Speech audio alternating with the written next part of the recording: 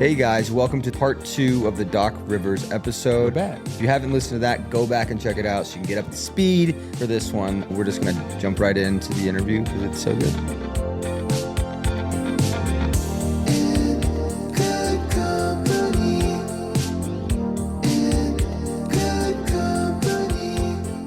Did you know after you played that you were going to be a coach? Did you have like an inkling? Did you want to? No. The only one that believed I was going to be a coach, really two people, Mike Fratello and Pat Riley. Pat Riley, one of our biggest arguments was over me coaching. And, I was like, no way. He said, yeah, you are. And I said, no, I'm not. I don't want to be you, And I was like, he's like, oh, no, you're a coach. He used to always call it, Riley was deep, and he always called it the fray. Said, you're not a guy that you need to be in the fray. You can't be out of the fray doing TV.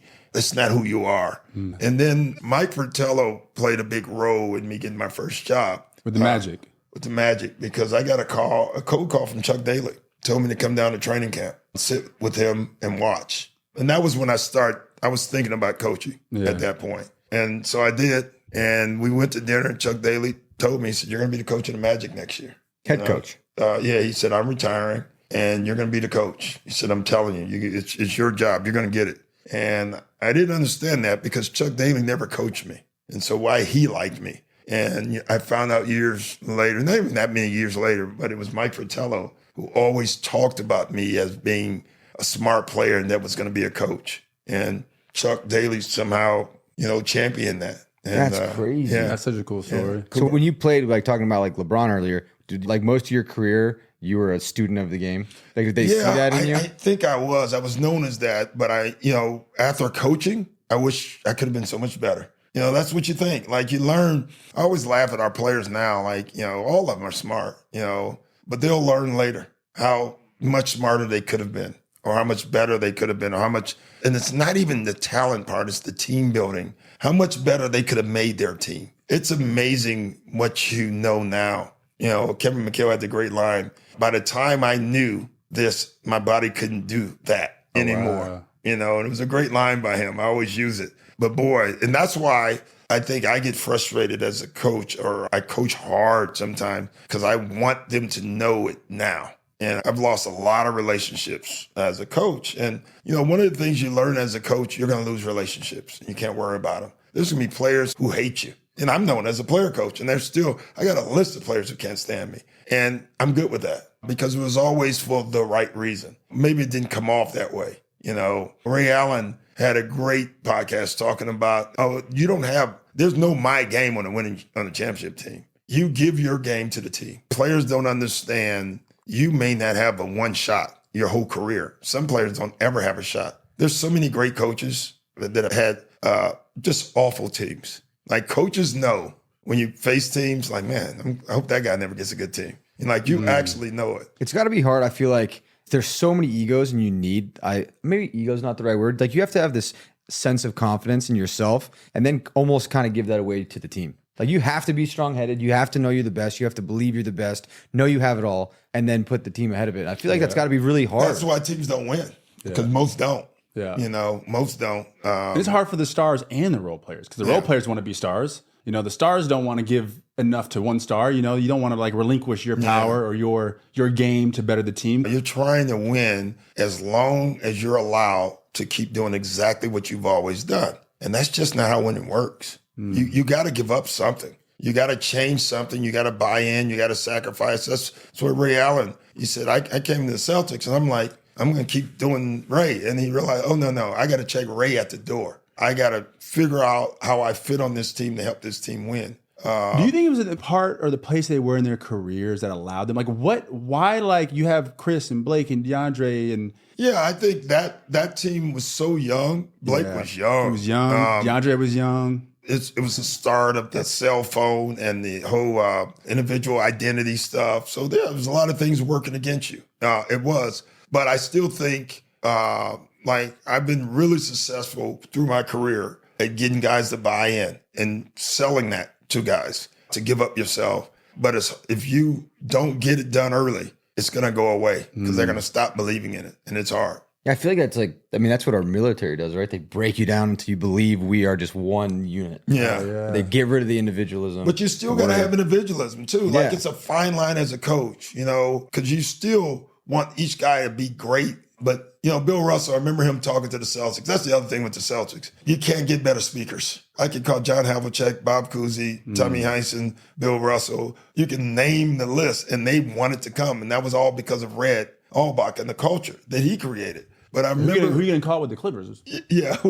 So I'll tell that story in a minute. But with the Celtics, I remember Bill saying something. I tell my players this all the time. If you're the only one, he said, listen, I was a great player. But I realized early on, if I'm the only one that can be great on my team, we can't win. I have to figure out how to be great and allow every other player to be great as well. And if you can't do that, you can't win. And that to me is why most teams lose. You can't tell me you want to win a title, but you don't want to play defense. You can't tell me you want to win a title if you don't want to make the next pass and make the right play. LeBron did that, made the right plays. Michael did that. Steve Kerr makes the shot. That's why Jokic is so good. Yeah. He makes everybody. Jokic does that. You got to think about how very unique the Celtics situation was because it was Paul's team. Yeah. Paul Pierce he's the Celtic guy. Yeah. You bring in Ray Allen, you bring in Kevin Garnett, and to get those three to sacrifice their game. Ray and Paul were phenomenal, and they bought in, but it all started with Kevin. The first day we met in my office, and I talked about sacrifice. I hit him right away, because I knew. When they got that team together, they said it was going to take us at least a year. And I'm like, a year? These guys are not young. We don't have a year. Yeah. And I made that known to them, that this is the year. But I remember Kevin, the first day, I said, hey, 20 shots, 20 shots, 20 shots. I think that's what y'all all average. That's impossible. You're going to give up something. Kevin was like, you can have all mine. You can have every shot. And he meant it, And then I said, then defense. And Kevin said, oh, no, we playing defense. And he was staring at Ray and Paul like, oh, you guys are playing. He helped me because he was such a great leader in his own right. But we talked about it. We went on a duck boat trip before the season. Oh, no way. And the duck boat is what you go on. When you win in Boston, the parade is on the duck boat. And I had them meet me at my apartment at 8:00 in the morning. And, they show up, Ray, Paul, Kevin, and Kevin is talking in his normal language. I mean, Kevin used the word fuck in every, it was a noun. It was a noun version. It was an adjective. Yeah. That's just how he talked. And he's like, what the hell am I doing here? What the hell? And we get on the fucking 8 a.m. Yeah, the duck boat pulls up. And that's the only way they would do it because it had to be early before traffic. Duck boat pulls up and we're getting on it. And Kevin's like, what is this? And Paul knew because he was in Boston. Yeah. And we're going down the road and the guy was giving us the history of Boston. That's when we had the guy, school. And he was told right when I started talking to stop. And I started talking, he stopped. And I told them, I said, you are on the parade route that we're going to be on at the end of the year. You're on the exact parade route and you're on the exact boat that you're going to be on after we win the title this year. And it was like silence at that point. And then I told them about, the sacrifice and all this stuff that it's going to take giving up yourselves. And I used the line like everybody wants to win until you have to give up something. Yeah. And then we went through Ubuntu and all that and we're off. The visualization of being on that bus would, I feel like, totally change. You're playing for more than just yourself. You're playing for it's your city. Yes. That's so sick. Yeah, it was cool. It was a cool moment. It was so one of the coolest crazy. experiences because the games in that arena, like the smoke, the fire, it would like linger over the court. And then it'd go dark. And then In the Air of the Night would play and it's Phil Collins. And like it just created like this whole feeling and you get goosebumps. And the crowd was so energetic. And even if you guys would lose, they would stand up and cheer for you guys. Yeah, there was no booing. There was no, that crowd. They could sense when you were struggling. The crowd, you could tell every year there's a team. Like Detroit had just won it. And we had not lost a playoff game at home, and they beat us in game one. And you could feel the crowd was like, oh, boy. And then we went right in Detroit and thumped them quick and took them out. But the fear, the crowd was not having it. It was just special. What's funny, though, as a coach, like, I didn't know that was a song. Yeah. Probably heard that song 300 times. It Phil Collins, In the Air of the Night. Oh, That was like the intro song. And like all of a sudden, like it would like just, you know how it starts real slow, and I would just get as like a fan, as like my father's son. Like it was like one of the best moments ever. But that just tells you, like like people laugh with my phone. I never knew that. And you're out there. Yeah, I mean, I'm not. I would never. If someone asked me what song, It's a Boston theme song. playing, and I was like, I've never heard that song before. I remember because I grew up a Nuggets fan, and everybody at my high school wore the Boston 3-party shirt. When you guys won it, you might as well have been in Boston. Yeah, It that was a good group. They were though. so Boston popular. fans travel amazing. Boston fans travel, and it was a good group to cheer for. I think that's why I always loved Kevin Garnett. Same birthday. Shout out KG. I always loved Kevin Garnett. My first jersey was the like neon Timberwolves one. Oh, yeah. And then when he won with you guys, and I'm a Nuggets fan, loved Boston. And my favorite picture of that whole championship thing was my brother, because when I signed the coach of the Boston Celtics, growing up in Chicago and black. No one black people didn't cheer for the Boston Celtics back then. Just keep it Bunch of real. Irish guys. Yeah. And I remember him calling me and saying, "Hey, man, this may be where I got to get off the boat." He's like, "I don't know, man. I don't know if I could cheer for the Boston Celtics. I'm just telling you." And you weren't going to take the job. I turned it down. No, I'm saying, Where were you before didn't that? Pat Riley call you? No, I just turned it down because I just had a year off. I was working with Al Michaels, and I remember I took it off. Danny came to the house, if you remember that. And he offered me the job. And I said, man, I'm going to think about it. And I said, I doubted Danny, but, let's talk in another couple of days. Your mom was big because she said, man, you said you wasn't going to coach right away unless I gave her the list, the Chicago Bulls, the Knicks, the Celtics, or the Lakers. And I said, other than that, I think I'm going to take a year off unless I got one of those jobs. And I actually said, none of those jobs are going to be available. Thinking they wouldn't be. Then Danny was the seller, because the next day Danny called and said, hey, we'd love to talk. And I said, well, when would you like to come? He said, we'd like to come now. And I said, what do you mean now? He said, look outside your house. And Danny was there with the owners again. And he brought them all. Wow. Yeah. And they walked in, and I took the job. How do you say no to that? Yeah. And me and Danny Ainge, we connected over one player. We were sitting on the couch with all the owners, and we were talking about the draft. And he said, who do you like? And I said, I love Tony Allen. Plays with Oklahoma State. I love that guy. And the owners start laughing. Unbeknownst to me, on the car ride over there, Danny couldn't stop talking about this kid named Tony Allen. And that's when Danny and I know this is a good connection here. So it's funny. Tony Allen, I bump into him occasionally. Yeah. And he loves me because for as much as you and Danny loved him, I went to his workout. I was at his workout. Yeah. And I was like, this dude, this is the guy. He's a killer. And Tony Allen pulled me and said, hey, man, like, because, the coaches, they're not going to tell Tony Allen, we're drafting you right now. They're trying to figure it out. And Tony Allen pulled me and said, hey, man, you think you can talk to your pops and Danny? And I was like, yeah, I'll go. I was a kid. I was like, yeah, I'll go talk to him. And I was like, Danny, draft this motherfucker. Drafted him. To this day, Tony Allen thinks I'm the reason he got drafted. You are. Yeah. I've heard great, just egos on that team with gambling and crazy stuff. You love talking about that? It was nuts. It was such a fun group to coach. Talking about a competitive family. But we created, and it turned out to be gold. And I don't even know why I did it. I felt like the media had overtaken the locker rooms. And I felt like the players are never allowed to act up or talk. Because the media back then, could come in before the game and just stand in there. And after the game, they just stand in. So the players... And they could use whatever they heard? Yeah. So some players didn't talk. Players went in the training room. They went... And so I made a deal with our players and say, when we get on the plane, it's your locker room. You can do whatever you want. You can play music. The music was nutty loud. In their section, you can gamble. You can do whatever. So if it gets out of control, I have to deal with it. It was wild. They used to call it the jungle. Really? All the media people who traveled, like the Tommy Hines, it was 3 sections in the middle section. Jack Twist. Yeah, the middle section was the player section. The coaches sit up front, and then our traveling, PR people sit in the back. And it was the jungle in the middle. The craziest thing that's been talked about was the arm wrestling competition. Oh, that's right. Yeah, it's the greatest feat I've ever, physical feat. Baby was destroying. I mean, big baby, come on. He's huge, short arms, big. Bowling ball. I mean, it was wham, wham, wham, everybody. So the championship was, because they did round robins. Unbeknownst to me, I'm up front. And I want to say it was Rondo or somebody came up, hey, you may want to come up and stop this It was either Ray or Rondo came up and said, Kevin's about to arm wrestle Big Baby. And I was like, what? Yeah, you're like, my best player? No, One of my best no. players I can. So I get there and it was right at the start. Couldn't stop it. And Kevin won. And he won with his will. Yeah.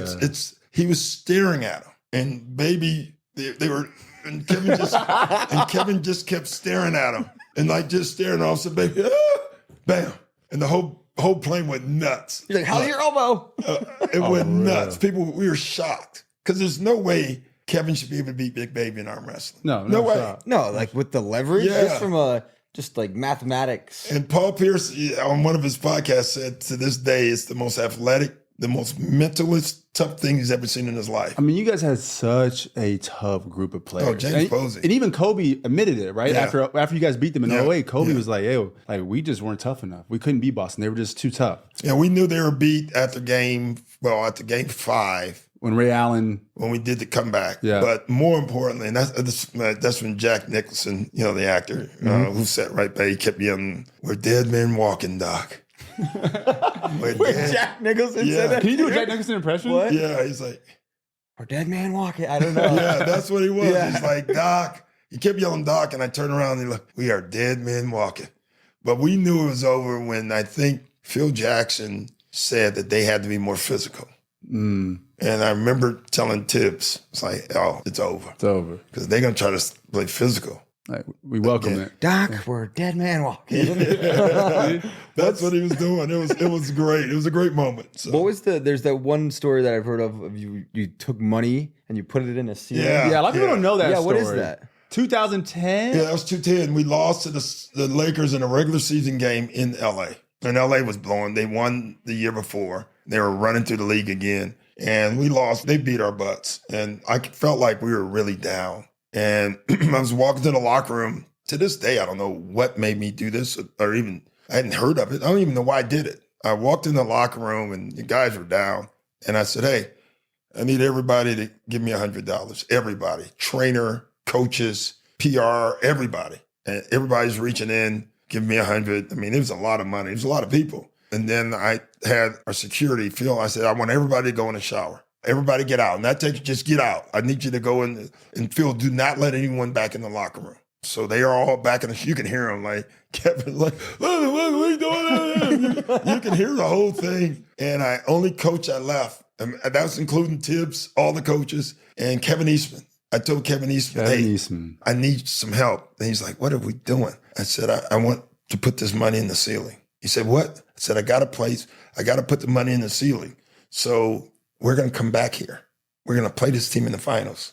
And the only way we can get this money back is we got to make it the finals because we didn't play the Lakers anymore that year. And Kevin, we're looking at these panels and we decided you couldn't put it near plumbing because something may happen, a plumber may find it. So we finally found this little spot in the ceiling where we knew no one would ever lift it. Put the money there. They come back out and they sit down and the money's gone. Coach, where's the money? I said, it's gone. I said, I hid it somewhere in this locker room. You want it back? You got to make it to the finals because this team's going to be here. It's our job to come here and play them. And we made it to the finals. And it's so funny. Our first game in LA, we get off the bus, they're flying. Everybody's running by me. To the money. Kevin. Me and Kevin Eastman just kind of took our time walking. The locker room was a mess. I mean, they had tore it apart. Oh, they're trying to find it. They're trying to find the money. Wow, they're treasure hunt. Yeah. The lockers are open, tables are overturned, and they were like, where's the money, coach? And I didn't know if the money was going to be there. Yeah, you don't know. It could have been gone. Yeah, for all you know, some guy Somebody that works found there it. is like, Yeah. I came up. And Kevin Eastman grabbed the broom and pushed it, and the money comes falling out. And it was awesome. That's so That's not a cool cool. Yeah, it was story, cool. man. That's crazy. I think people, you've talked about like players, it's so hard to win. Well, winning so hard. It's so hard I to think win. players who win understand it. I think players who have never won can never understand it, how hard it is. I hear players talk now who didn't win it. And you hear little things like they still don't get it, how hard it is, how much it takes out of you, and how much you give yourself to each other. I always liken it to Bill Parcells said it once. It's like you got to have a blood transfusion with everybody on the team, and you're connected for life. and you'll never be unconnected. And that's so true. But yeah, it's winning's hard, man. It is. You need health. You need to make shots. Yeah. You know, I grew up a lot of great plays, but if they didn't make the shot, you think about the Cleveland series that we won in Game 7. LeBron was having a LeBron game. He was killing. It really came down to a jump ball. And a box out. And Mm-hmm. LeBron didn't box out Paul on a jump ball. And Paul dove and got it, and we scored. Yeah. Like, if they get it, they would have had a chance to take the lead. Instead, we go up by 4 and put the game out of reach. One play. It's one play. It comes down to a whole bunch of single plays. One throughout the foul game. or not, or you telling someone to foul and they don't foul and they Yeah. get a shot up. Like one play. That's all it takes. Execution. Yeah. The discipline it takes for a team to do that 4 times per series to win each series is exhausting. And I feel like you said that earlier. It's like it's so hard, and you might only get a shot. There might only be that one play. You may When I not look be at there my every career- single year. Look at my playing career. You know, I had 2 shots in 13 years. And- Western Conference Finals, you lost to the Rockets. Yep. And then the finals with Knicks versus Rockets. Well, that was brutal because I couldn't play. I was injured. You wanted to play. I should have played. The problem was in Pat's defense, and me and Pat had a falling out. That's what he told Yeah. you about. Like, we didn't talk for a year and a half. Like, I was furious. Back then, when the beginning of the playoffs, you had to set your roster. So you could not add a guy. You know how now is a guy can miss a game and be on the injury list. You can add someone else. You had to add your 12. That was it. And the doctors told Pat that I would be able to play by the Eastern Finals. And if not, at worst case, by the finals. Well, Riles was scared that what if someone got hurt and in the first 2 rounds or 3 rounds and I couldn't play and they didn't have enough guys. So he didn't activate me, which meant I was out for the playoffs. And we had a falling out because I told him that I could make it, and he told me he would activate me. And he had to make a tough decision. I realized that when I became coach, this is not easy. Now you don't have to do that anymore. Yeah, and then you said it was 9 back then? You had to do the 12. 12. Yeah, the 12 players who were activated. And they changed the rule after that series, after that year, because the Knicks complained like this was unfair. We had our starting guard healthy for the finals, and he could not play. So Yeah, it's gotta those, be hard. you don't get those back, though. Like, Don't I get mean, those those haunt you. All Think your about a losses. 13-14 career, you really only had one real chance in the finals at least. And one time in the finals, One go at it. Western Finals with the Spurs. Yeah. And then the Bulls loss that was devastating because I thought we could beat Michael, and that would have been awesome. I mean, no one's talked about it yet. I've been surprised. Has there been the hardest year of coaching for you? Like, I even look at like the bubble.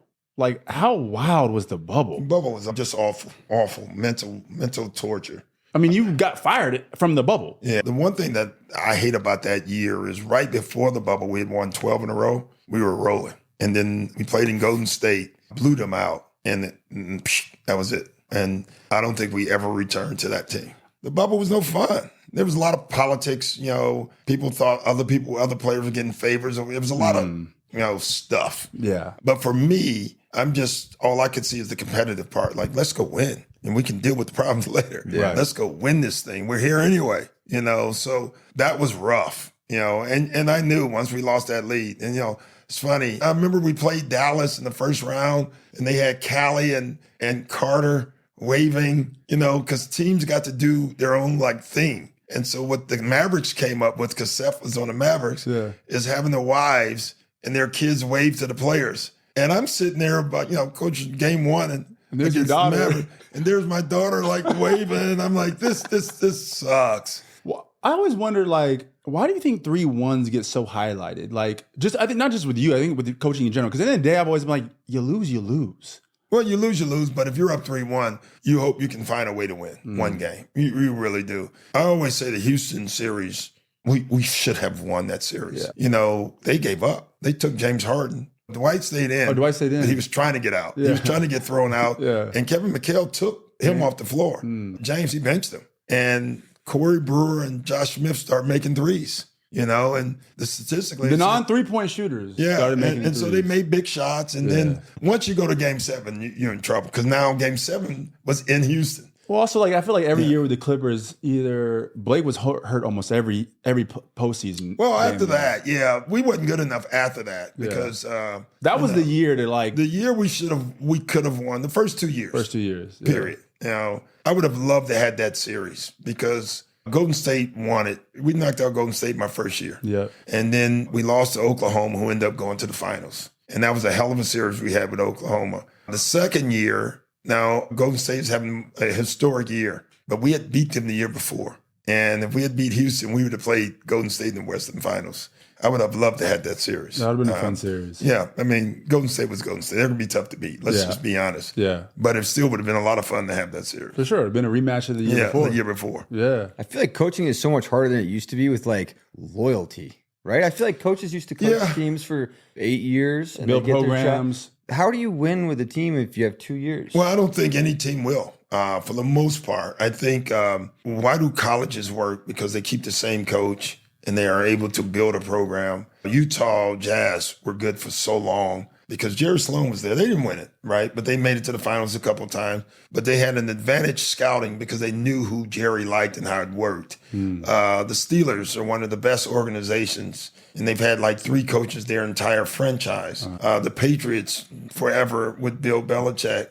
You look at Miami Heat. High-cultured NBA teams. It's no coincidence. You know, the one year I think Pat Riley told a story about players coming in and they want us both fired. And, you know, Riley basically said he's going nowhere. Basically said, don't ever come back in here. But it is a partnership too. You got to have a partnership with your players. Yeah. In the past, you didn't have to. You were the coach, and what you said went. Now the players have more power, and that's fine.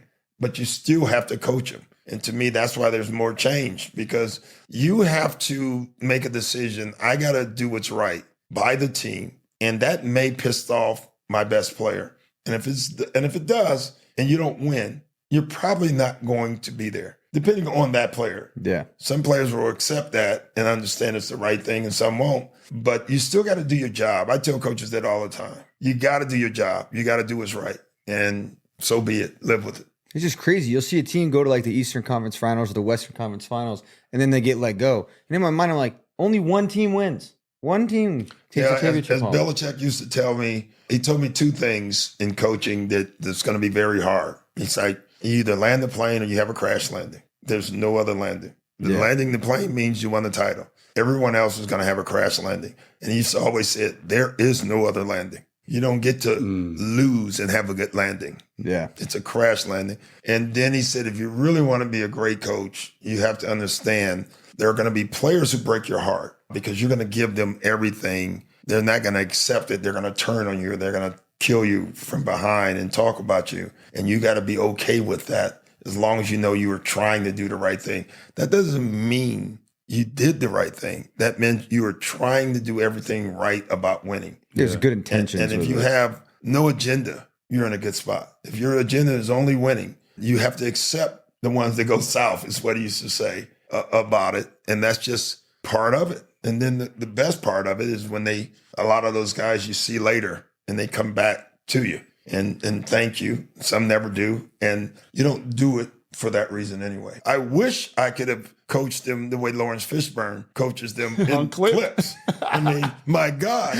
Yo. I watched, honest to God, I watched a half an episode and I can't do it. Do they consult anybody? Like, who? Oh, no, they consulted me. They consulted several other people. So I'm thinking it's going to be close.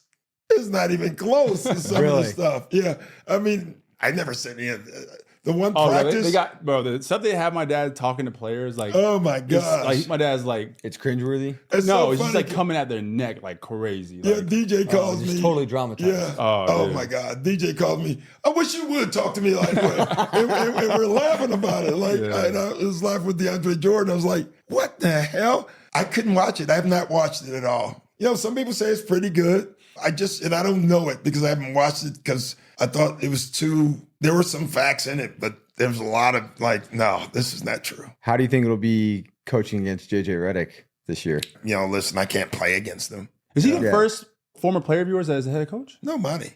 Okay, Monty. Yeah, I coached Monty. I coached Monty twice. You did. That's true. Yeah. So, and I want to say someone else. So, like, I don't have, the way I look at JJ is JJ will find out that all the things he talked about, he'll understand. You'll get it when you start coaching. Yeah. And so, like, JJ, no matter what he says, even though because he obviously has a problem, No matter what he says, his best numbers were he had never started until he played for me. And those are facts that you can't deny. I thought JJ's biggest problem with me is what Austin said is I stopped playing him in the playoffs because he was a one-way player. And the second part was we didn't want to re-sign him. I think that hurt him.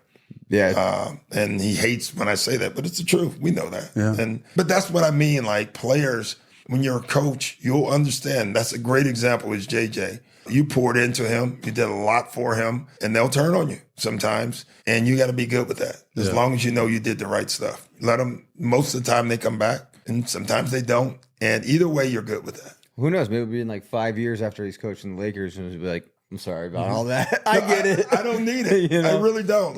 Don't need it. The other thing that I learned with players is my rookie year as a coach, we decided we're going to tear the Magic up. Like we're going to rebuild and create a whole new team. And I was getting calls from coaches because we're adding these players on our team. Don't take this guy. He's a bad guy. Don't take this guy. He's a bad guy. I bet I got like 5 guys who coaches from other teams call me, hey, Doc, you don't want really, he's a poison. All 5 of those guys were the most amazing guys you could ever coach. And thank God that happened because it taught me a lesson. Just because you don't get along with a player or just because the player doesn't play well for you or does what you want doesn't make him a bad person. It says that you two just didn't see eye to eye. Everybody you don't see eye to eye with doesn't mean they're a bad person. It means that you two didn't connect. And I wish we learned that in politics, and other stuff, because you learn that in life. Horace Grant is a great example. Me and Horace had it out. Couldn't stand Horace.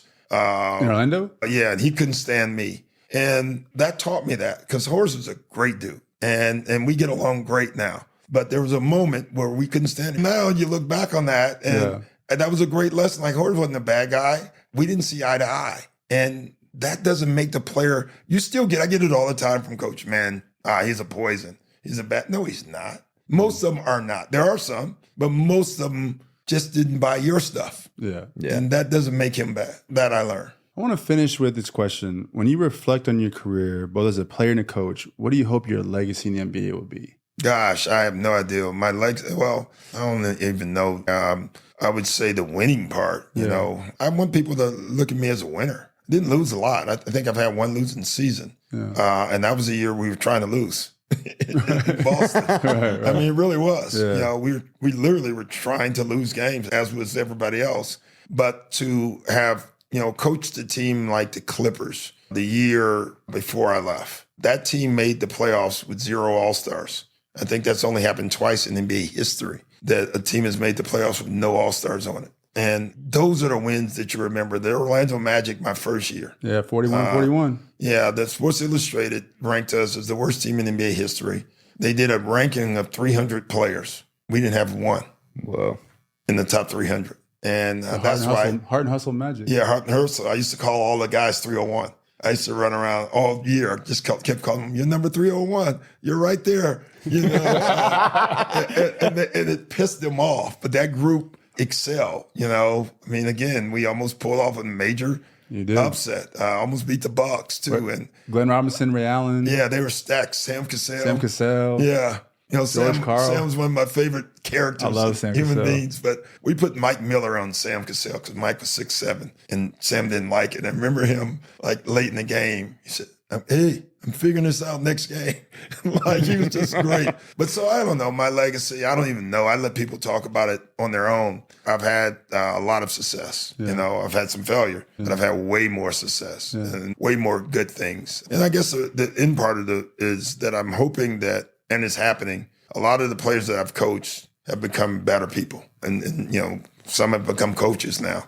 And it's pretty cool. It's awesome. So I know they'll argue about who was better when they were younger. What's some of your favorite memories of him and your kids when they were growing up playing sports? For me, just going to see them all play. They're all different players, and it never stopped. But for me, going to their games was the best. I flew. One of the things that Danny Ainge and the Celtic ownership did for me, and it just tells you about the Celtics, they understood that I was not going to move my family to Boston because Jeremiah was in high school, Callie was in high school, and Austin was about to start. And I just thought uprooting your family, you just would have been hard. Yeah. So they gave me private planes. And like most of Jeremiah's big games, there's games that I would be at a practice in the morning at Jeremiah's game at night, and then a game in Boston the next morning in Boston. And my dad would call me like, when I was with Indiana or Georgetown, like, where you guys at? I'm like, we're gonna be in Iowa in 2 days. He's like, okay, I'll meet you guys in Iowa. Yeah. No way. Yeah, he'll fly in Iowa. Yeah. And then right after the game, fly out.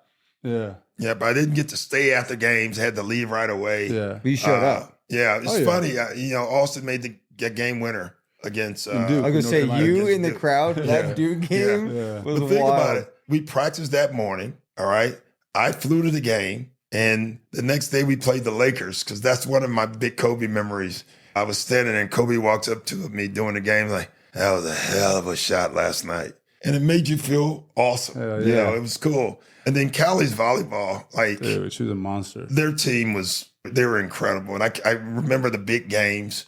But even though Jeremiah, Austin, Callie, my favorite victory Mine of too. all my kids Mine too. was I know my what you're gonna youngest say. Spencer. because they won a state championship unranked. They had no one. They didn't have one Division I player on their team. They came out of nowhere. Spencer's team was like the little Giants. Yeah. Like they had were. no business being in the finals in the state championship. No. If they would have played that team 100 times, they'd lose in 99. So And they I found the watched, one I game. was at the semis, and I remember doing the warm-ups. I'm like, oh my God. I told your mom, I said, this is going to be a long night. And Spencer was the first, well, I always say their team was the first team to decide they're only shooting threes. Yeah. Like, this was way back. Really? And I'm telling you, it could be a 3-on-1. They They're were jacking a threes, three, bro. Way Really? back Yes. then. 10 years ago. And teams couldn't handle it. They just couldn't. No one had seen that before. And they could shoot. That the team could shoot. They were small, but this team, I think the team they beat in the semis had like 3D1, and then they were going to play Evans in the finals, who had like a kid going to North Carolina. Chucky Atkins was the head coach. Chucky Atkins was the head coach. And I left the gym because I knew I couldn't be at the finals. We had a game. And I remember telling you and telling your mom, said, well, you know what? It's a hell of a game, a hell of a season for Spencer and them. Like, that's how sure. Yeah. That's how sure I was. And we were about to play. You know who we're going to play? We were playing Austin's team. We were playing the New Orleans. Oh, the Pelicans. Pelicans or whatever they were, Hornets. Hornets, yeah. And Sam Cassell had it on the streamline. They were watching the game, and he said right before I was go speak to the team, Spencer and them lost because remember they were down 1. Yeah. Sam turned it off and said, "Hey, Spencer and them just lost." So I went to talk to the team about it. I'm playing the Pelicans. Then I walk out on the floor, and J.P. Clark, who was from Orlando, but was on my staff, comes running out of the locker room like, "They won! They won!" And me and Austin were jumping around because we were shocked. I was at the game. Yeah. They're down 1 with down 2 with 6 seconds left. Spencer comes off a pick and roll, comes to the hole, and there's like a little floater, and it just like hangs off the rim and he misses it. 1 second, Austin Goodluck, his teammate, taps the ball and it goes in overtime. Bro, overtime comes and they had all they're like, wait a second, they had the belief. Momentum. Like they're like, wait, we can all it takes is one time. And they came out firing in overtime and beat them. And it was like the most unlikely They blew them out in championship. the overtime. Blew them out in the overtime. And I was like going crazy. I was talking so much shit. Cause like everyone was like, yo, Evans is gonna, Well, Chucky. Evans were the best team. You know how Chucky Atkins and his pops always talking shit. arrogant, yeah. Like Warren Sapp used to show up to my games because Warren Sapp went to Evans. And I was having a bad first half. I was like, just whatever. I was going through it. Warren Sapp, the Buccaneer. Was talking shit to me. He was talking shit to me like, oh, Doc son, blah, blah. I remember looking at him, I was like, your team just lost. And we were down 14. I looked at him, I go, your team just lost. I told Coach Hickson, I was like, hey, Coach, drop an alley-oop for me first play of the second half. We out of bounds, came out, they set it like a back pick. I loop around, they throw an alley. I catch it in the air, dunk on it, and won. And I was like, it was over after that, bro. We came back and beat him by 20, dude. And then that's who your brother beat in the state championship. He beat Evans, yeah. He beat Evans. Did all of you guys go to Winter Park? All of us went All to of us the went to the park. And Callie was the first jersey retired. In My the history sister, of the school. 3 Well, that was championships crazy in when a we row. had Austin on. I was School like, was who's nine- the best athlete? Oh, All of them Callie. said Callie. Callie. By far. And I don't even think it's close. If Callie, Imagine what their kids are going to be like. They're going to Yeah. be so Callie athletic. could have been Olympic track. Like Callie, I think Callie's best sport would have been track. agreed. For sure. She just didn't like it. She didn't fucking like it. If Callie don't like it, it's over. She just didn't like it. And she could have been great in soccer too, because Yeah. she was a monster. Kumba. Oh, But imagine I her mean, as a forward. Callie could dunk a volleyball. I mean, with ease. She's just a great athlete. And me. Crazy. The meanness served her well, in volleyball because she was a hitter. So People feared Callie. no, in high school they were scared. Callie's 6 foot. She's jumping over, just spiking you in your face. I'm currently scared of her. I have my moments. What's the scene in Meet the Parents when Ben Stiller like comes up over the you remember the water? That was Callie. That was Callie in high school.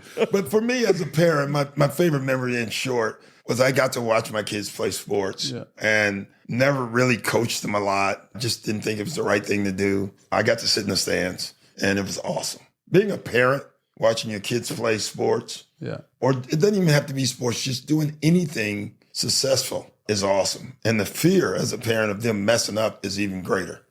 Like you're so scared every game. The bigger the stakes when Jeremiah got to Georgetown in Indiana, it's no longer do well, just don't screw up. Yeah. That's how you feel. Watching Callie at Florida, Spencer at UC Irvine. Because you just want the best for them. Yeah, you just want them to do well. Yeah. I mean, the shot Austin made, I'm sitting next to Callie, and right when he got the ball, Callie was like, pass. I said, oh, no, he's shooting this. I knew Like you could see immediately. it the moment he got it. I knew immediately. I didn't know he was going to make it, but all I had was fear. Oh my God, he's going to take this shot. And, when it went in, it was awesome. One of the biggest shots in Duke history. For sure. Yeah, it was awesome. For sure. It was Dude, so you flew sick. out. My dad flew out to Serbia, Belgrade, To watch you play. to watch me play. Really? Yes. How was that? Heard, was awesome. heard the games were nuts. awesome. Fireworks and The stuff. traffic was nuts more than everything. And it's full else. circle because Jokic was on the junior team. The junior team. He yeah. wasn't even someone, Mishka, who was my agent. He's like the Serbian agent. He represents like everybody from like Eastern Europe. Yeah. They weren't even like looking at Jokic as like the guy because he just hadn't developed yet. He was like a late bloomer. And he was on the junior team of Mega Vizura. Now Mega Vizura is one of the best teams in all of Serbia. Yeah, because at that time they had to play themselves up into the big leagues. That's what we were working on. And they hadn't played. Yeah. And I just remember something typical. I've been on the plane because I would have these new plays and new stuff. The coaches, it was like a joke for Ty Lue and Ty and those guys and the Tibbs. And oh, no, not the plane ride. They used to call them the plane plays. That's hilarious. Then you got off, you had all of them at homework. I'll tell Yes. one last story is when my dad had a rule. If you caught him out at a restaurant, he paid the bill. Yeah. And somehow Ray Allen kept finding him. And my dad was like, how? Like, eventually, it was like 2 or 3, 4 in a row. My dad was like, damn, like, that's funny. That's a coincidence. Then it was like 7, 8. And my dad was like, oh, hell no. Like, This is too coincidental. someone's ratting me out. Yeah, and we found out it was our equipment manager. Johnny Joe? Johnny Joe. Yeah. Ray was paying Johnny Joe. Ray and Paul were paying Johnny Joe. Multi-millionaires, by the way. Where's Doc going to dinner? Because I would go with Johnny Joe a lot. Yeah. And Johnny Joe would tell him. And then they would all walk in because I had the rule, and I still do. If I'm in a restaurant, a player walks in, no matter who they're with, I'm paying the What tab. player? You've got a lot of players that you've coached. No, active players. Active players. Like, Got it. So if Is Paul that rule Pierce- still Got it. intact? Huh? Is that rule still Oh, intact? yeah. When I I was gonna walk say Rayon's gonna show With up Dame, down the Giannis now? street right No, now. any active player. So meaning on my team. Got So it. if I walk in a restaurant now and Dame or Giannis, and I don't even want Giannis to find this out. He knows already because he's cheaper than anybody.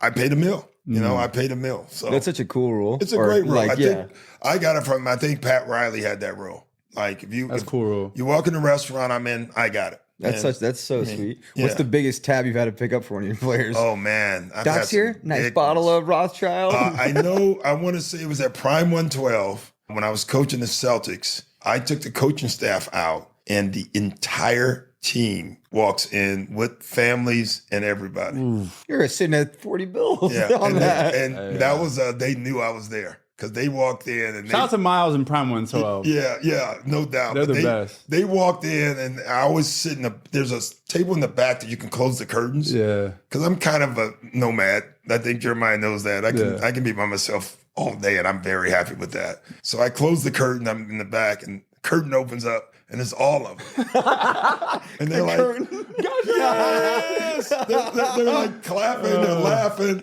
And I found out they called Danny Ainge. And Danny told me, hey, he's going to be at Prime 112 tonight. And I had to pay for it. That was a massive meal. I don't know if there's any other restaurant in the country, in the city you guys play in, where you know where players are going after the game. everyone's going to Prime 112 in Miami. I think players, like someone should do a book on each city. You know, in Toronto, Soto is a great Italian restaurant. That's cool. 90% of the players are going there. You know, there's certain restaurants that you always go to in each city, and then there's other ones. Where do you like to go here? Like Craig's or Coney's? Craig's. Well, Craig's is my guy. Yeah, I love Craig's, that's my golf partner. I like taking money from Craig. So he's my guy. I go everywhere here in LA. You know, I go to Catch Steak because of Mark and Capo. Capo's the best restaurant. It is the best. It's my favorite restaurant. It's my favorite. It's me and you went once. Me and Judy got the bill. I was like, bro. Oh, Well, I think it's Larry David or Skip. One of them said it's the best meal. It's the best buffet you can get for $1,000. I mean, the bill is insane. It's insane. But it's so good. It is good. It's so good. You just hope it's the night that someone else is paying. That's what you hope when you go. Last time I went, someone else did. Yeah, it's so good. Everything's good. Their waiters are amazing. They're incredible. They've all been there like 20 years. There's a lot of good restaurants now. Well, I'm a foodie probably because of my father, but now my pops hits me up. He's like, wait, what's... Yeah. I put you on Saffy's. Yeah, Saffy's is amazing. You called me the other day, The like, lobster skewers. Oh, yeah. Oh, man. Saffy's is amazing. we might have broken the record that night there, Yeah. honestly.